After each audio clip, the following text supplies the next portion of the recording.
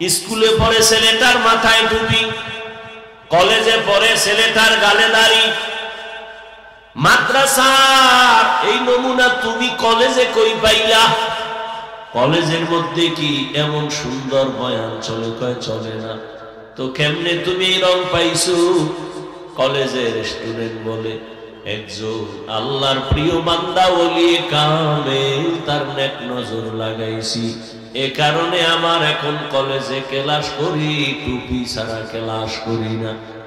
মদিনার আদর্শের দাড়ি লাগায় ফেললাম। এরকম কি স্কুল কলেজের ছেলেরা নাই? রহমতের নবীর আদর্শ যতদিন পর্যন্ত তুমি নিজের মধ্যে নিবা না, আল্লাহর জাতের কসম, রহমতের নবীর আদর্শ ছাড়া এই জমিনে কোনো শান্তি কেউ দিতে পারবে না। কমপক্ষে প্রতিদিন 300 বার দরুদের আমল করা চাই। কতবার? 300 বার। শর্ত এক, অপবিত্র অবস্থায় নয়, পবিত্র হালাতে। নাম্বার 2, একাগ্রতার সাথে, নির্জনে। নির্জন সময় কই? জায়গা কই? নির্জন সময় আমার দৃষ্টিতে হয়তো ফজরের পরে, নয়তো ঘুমের সময় বিছানায় বসে তসবিহ হাতে নিয়া ওযু সহকারে নামাজের দরুদ সময় থাকলে সংক্ষেপ হলেই সংক্ষেপ দরুদ 300 বার ওযু সহকারে পরে ঘুমাবেন, ডান কাতে কিবলার দিকে চেহারাটা ঘুরাইয়া। ইনশাআল্লাহ ঘুমের মধ্যেই দরুদের বরকতে রাসূলের সাথে মোলাকাত হয়ে যাবে। ইনশাআল্লাহ করব তো? हर के बाशुद आमिले सल्लो मुदम आतिशे दोज़ख शवद बरवे हराम। দরুদ অনেক দামি এক সম্পদ। আল্লাহ আমাদের বেশি বেশি বেশি দরুদের আমল করার তৌফিক দান করেন। সংক্ষিপ্ত সময় আলোচনার জন্য কোরআনে হাকিমের এক আয়াত, রাসূলের একটি হাদিস পড়েছি। ইখলাসুল রুহানিয়াতের সমন্বয়ে সহি নিয়তে, সহি তরিকায়, সহি কিছু কথা বলার মতো, শুনবার মতো আমাকে আপনাদের সকলকে দয়াময় আল্লাহ তৌফিক দান করেন।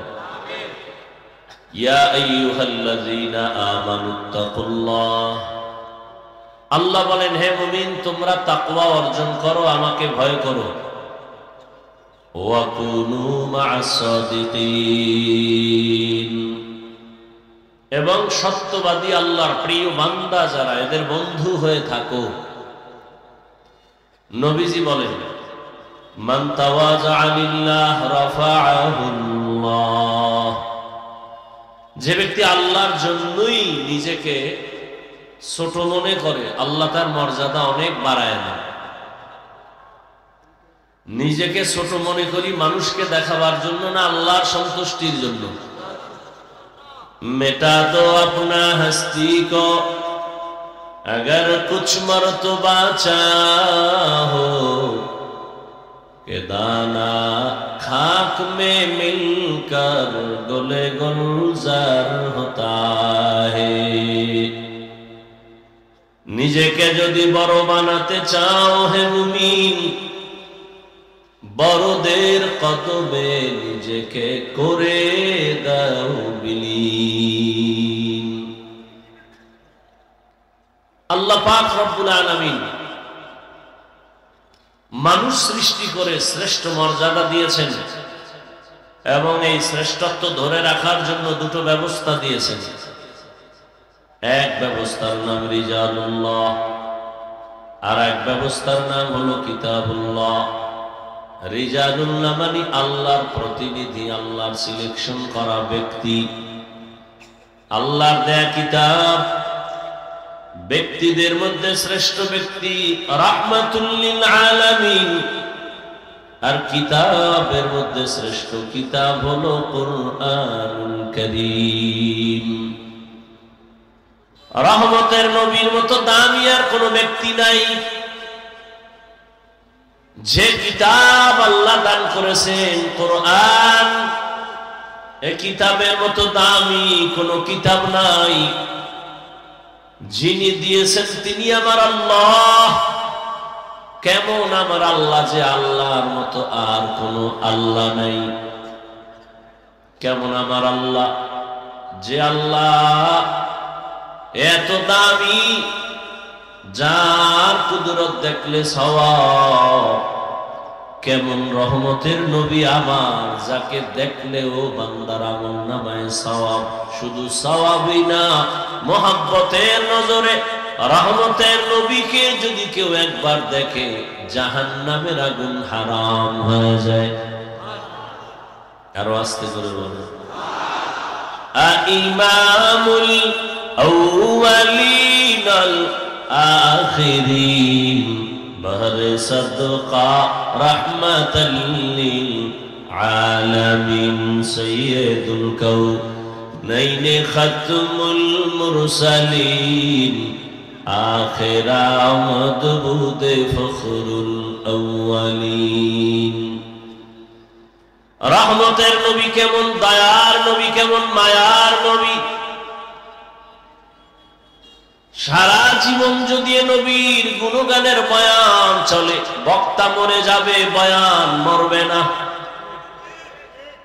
রহমতের নবীর গুণগান কোন কলমওয়ালা যদি লেখে, কলম শেষ হবে, লেখা শেষ হবে না।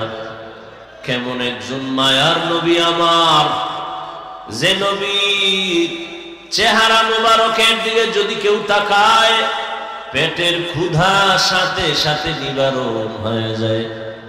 কেমন রহমতের নবী আমার, যেই নবীকে দেখা মাত্র মানুষের ঈমান তাজা হয়ে যায়। আল্লাহ সে নবীকে দান করলেন এমন একটা কিতাব, যে কিতাবটা ধরলে সওয়াব, যে কিতাব দেখলে সওয়াব, পড়লে সওয়াব।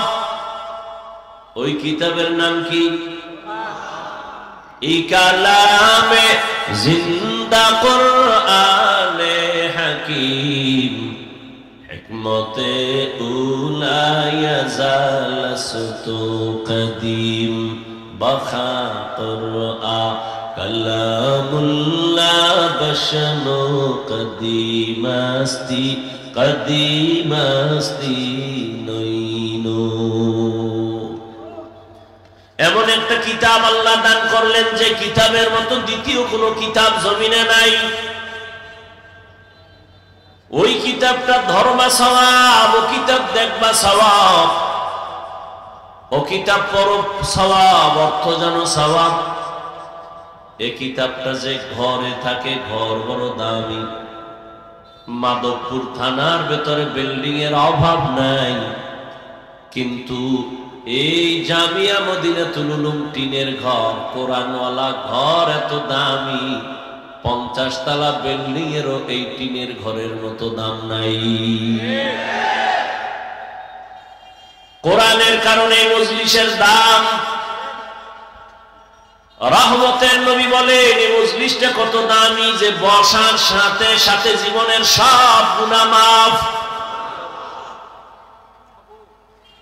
রহমতের নবীর পবিত্র জবানের বাণী, এ ময়দান এখন বেহেশতের বাগান।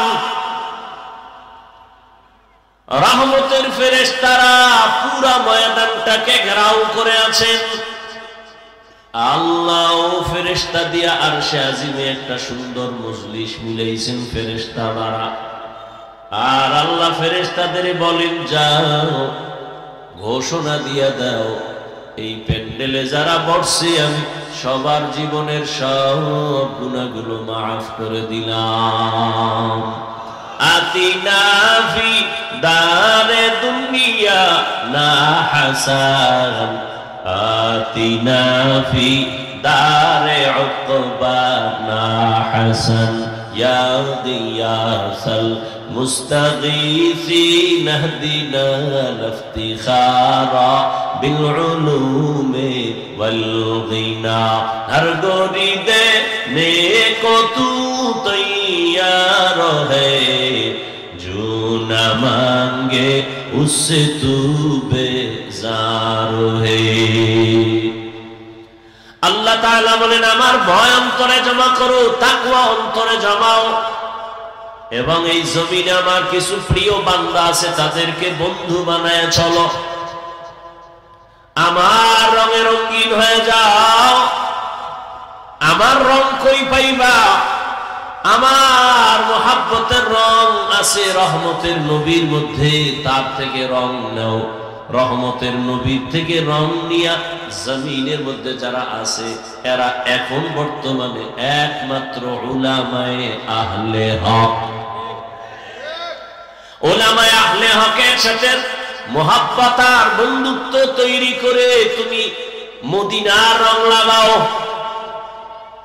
উলামায়ে আহলে হক ছাড়া জমিনে আর নবীর বন্ধু কেউ নাই।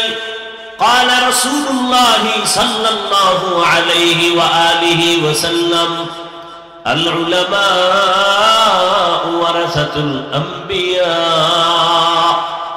রহমতের নবী বলেন উলামায়ে কেরাম আমি মুহাম্মদ সহ সব নবী রাসূলদের বন্ধু ওয়ারিস, এদের মোহাব্বত অন্তরে জমা করে নেও। আমি নবী তোমাদেরকে সুপারিশের জন্য ওয়াদাবদ্ধ হয়ে গেলাম। উলামায়ে কেরামের সংস্রব ছাড়া জীবনে বান্দা মদিনার রঙে রঙিন হতে পারবা না। স্কুলে পড়ে ছেলেটার মাথায় টুপি, কলেজে পড়ে ছেলেটার গালে দাড়ি, মাদ্রাসার এই নমুনা তুমি কলেজে কই পাইলা? কলেজের মধ্যে কি এমন সুন্দর বয়ান চলে? কয় চলে না। তো কেমনে তুমি এই রং পাইছো? কলেজের স্টুডেন্ট বলে একজন আল্লাহর প্রিয় বান্দা ওলিয়ে কামেল, তার নেক নজর লাগাইছি, এ কারণে আমার এখন কলেজে ক্লাস করি, টুপি ছাড়া ক্লাস করি না। মদিনার আদর্শের দাড়ি লাগায় ফেললাম। এরকম কি স্কুল কলেজের ছেলেরা নাই? রহমতের নবীর আদর্শ যতদিন পর্যন্ত তুমি নিজের মধ্যে নিবা না, আল্লাহর জাতের কসম রহমতের নবীর আদর্শ ছাড়া এই জমিনে কোনো শান্তি কেউ দিতে পারবে না। সব চাঁদাবাজার ধান্দাবাজেরা চাপাবাজি করে, এই করবে সেই করবে, করবে করবে বলিয়া কত চাঁদাবাজ কবরে গেল, কত চাঁদাবাজেরা জঙ্গলে পালাইল। আল্লাহর জাতের কসম এই দুনিয়ায় কিয়ামত পর্যন্ত রহমতের নবীর আদর্শ ছাড়া কেউ শান্তি দিতে পারবে না। এই কথাটা চাঁদাবাজার ধান্দাবাজেরাও জানে, তবে মানে না কেন? ওদের চাঁদাবাজি চলবে না। যদি নবীর আদর্শ মানে তাহলে দুর্নীতিবাজের দুর্নীতি চলবে না, চোরের চুরি চলবে না। এই জন্যই চোরারা কয় হুজুর বয়ান করেন, রাজনীতি রস করবেন না। তোমার কথা যদি এমনই হয় ওয়াজের প্যান্ডেলে মোহাব্বতের কান্নার বয়ান চলবে, রাজনীতি যদি না চলে তো রাজনীতির নেতাদের বক্তব্য কেন দেওয়া হয়? আমগো বরিশালে বলে নিজের বেলায় টান্না ধরিস, অন্যের বেলায় বান্না মরিস। বদমাস এই চাঁদাবাজার ধান্দাবাজেরা, এরা মানুষের দুশ্মন, এরা মানবতার দুশ্মন, এরা জাতির দুশ্মন, এরা স্বাধীনতার দুশ্মন। ওরা সবাই চায় নিজের পেট, নিজের স্বার্থ, জাতি নিয়ে ভাবে না। আল্লাহর কসম এই জাতি নিয়ে যারা ভাবে তারা শুধু উলামায়ে কেরাম।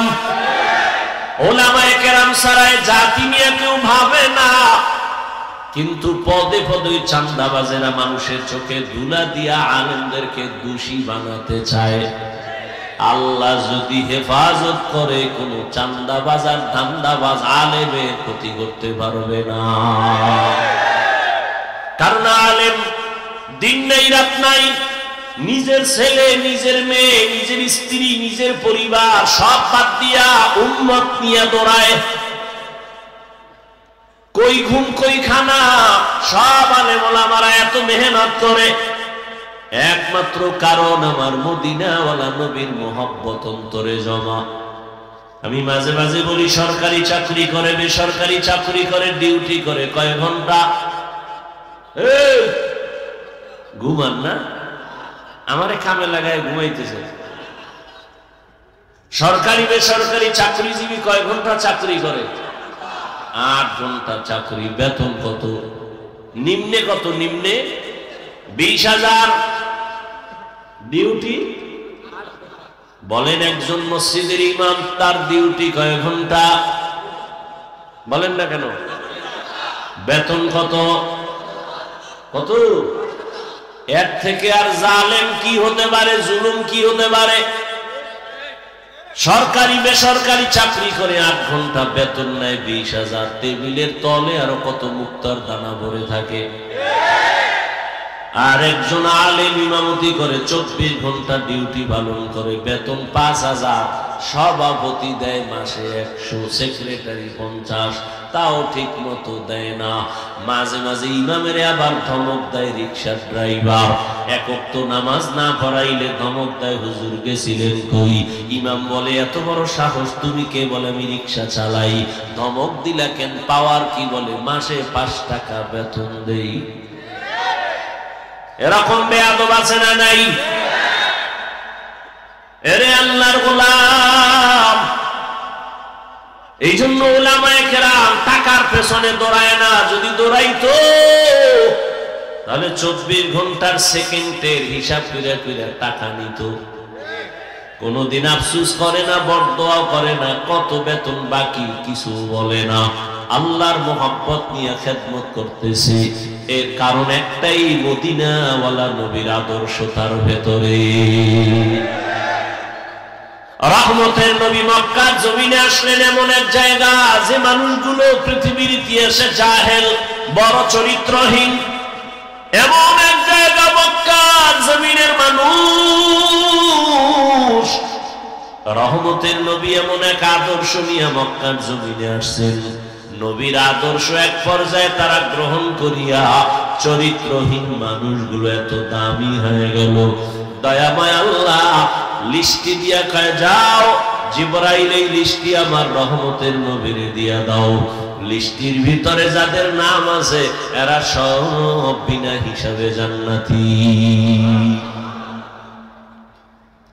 যেই মক্কার মানুষগুলো এত খারাপ, সেই মানুষগুলোর উপরে চিঠি চলে আসলো, লিস্ট চলে আসলো, যে এই লিস্টিতে যাদের নাম এরা কি?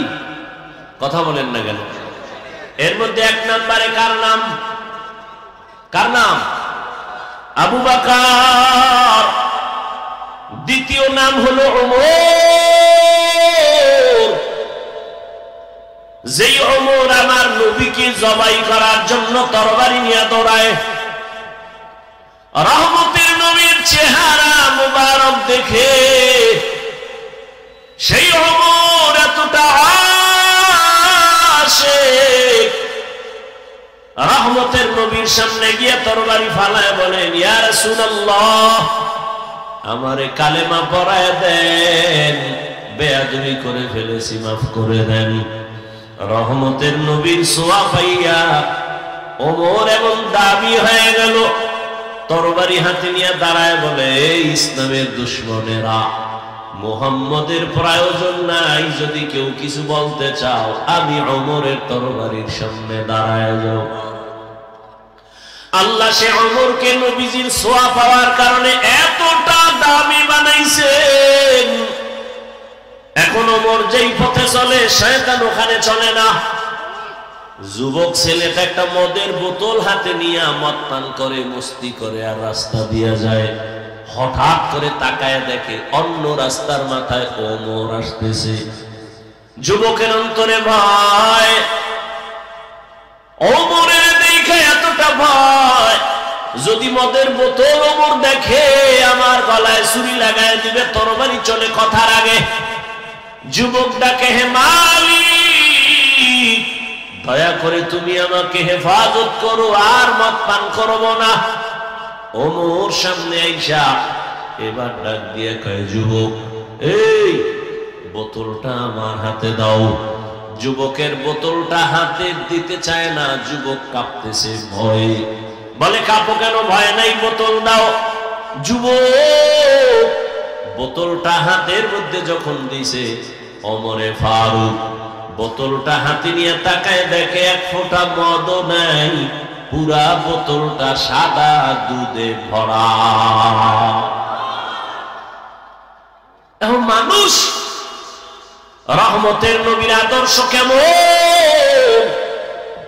জীবনে নবী কোনদিন একটা মিথ্যা কথা বলেন নাই, কোনদিন আমার নবী কাউকে গালি দেন নাই, হাজারো গালি শুনছেন, নবী গালির জবাবও দেন নাই। আরো আশ্চর্য, রহমতের নবী কোনদিন দুটো চোখ মোবারক গরম করে কারো দিকে তাকান নাই। কেমন মায়ার নবী আমার! ওই নবী তার আদর্শ পাইয়া ওমর দামি হয়ে গেল, আবু বকর দামি হয়ে গেল।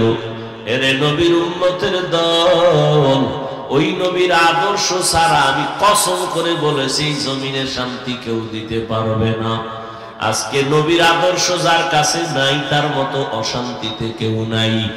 আর এত ভেজালে ভরা বাংলাদেশ, এরপরও নবীর আদর্শ আমাদের কাছে যাদের আছে, আমাদের মতো শান্তিতে এই কোন জমিনে কেউ নাই। নবীজির আদর্শ নিয়ে যারা আছে, এদের মতো সম্মানে শান্তিতে এখনো কেউ নাই। এরে নবীর উম্মত, রহমতের নবী আমার এমন এক আদর্শ দিয়ে গেলেন, কিয়ামত পর্যন্ত নবী চ্যালেঞ্জ করে গেলেন, এই আদর্শ যদি তোমরা ধরে রাখো, জীবন চলে যাবে, কোনদিন তোমার সম্মান আর ঈমান যাবে না। রহমতের নবীর আদরের একজন সাহাবী সালাবা তার নাম, অল্প বয়সে নবী বড় আদর করেন। একদিন আল্লাহর বান্দা পথ দিয়ে বের হয়ে গেল, রাস্তা দিয়ে কোথায় যেন যাচ্ছে, হঠাৎ বাতাস চলতেছে পুরা মদিনার এলাকায়। সালাবা নামের আল্লাহর বান্দা, অল্প বয়স কিশোর, হঠাৎ রাস্তা দিয়ে হাঁটতেছে হাঁটতেছে, হঠাৎ করে চোখের নজর বাড়ির মধ্যে পড়ে গেল। বাড়ির মধ্যে একটা মহিলা গোসলখানায় ছিল, পর্দা লাগানো, হঠাৎ করে বাতাসে পর্দা উড়ে গেল। সালাবার চোখের নজরটা অনিচ্ছায় ওই মহিলার দিকে যখন পড়ে গেল, সাথে সাথে বাতাস আবার পর্দা ফালায় দিল। রহমতের নবীর আদরের সাহাবী, কিশোর সাহাবী সালাবা ভয়, ভাবতেছে কি হয়ে গেল, ভাবতেছে ভাবতেছে, হঠাৎ অন্তরের মধ্যে এই পরিমাণ ভয়, রহমতের নবী আমার এত আদরের, এত আদর করে, আমি তো ইচ্ছা করে ওই মহিলার দিয়ে তাকাই নাই, হঠাৎ করে নজর পড়ে গেল। আমার মাওলায় যদি নবীরে জানায় দেয়, আমি কেমনে নবীর সামনে লজ্জায় মুখ দেখাবো। ঢুকছে অন্তরে, ঢুকা এমন ভাবে এটাকে ভাবাইল। সালাবা ভাবতে ভাবতে হঠাৎ চোখের পানি পড়া শুরু হয়ে গেল, যে না, আমি এই অবস্থায় আমার নবীর সামনে যাব না। যদি আল্লাহ জিব্রাইলের দিয়া জানায় দেয়, ও জিব্রাইল নবীরে জানায় দাও, সালাবা বেগানার দিকে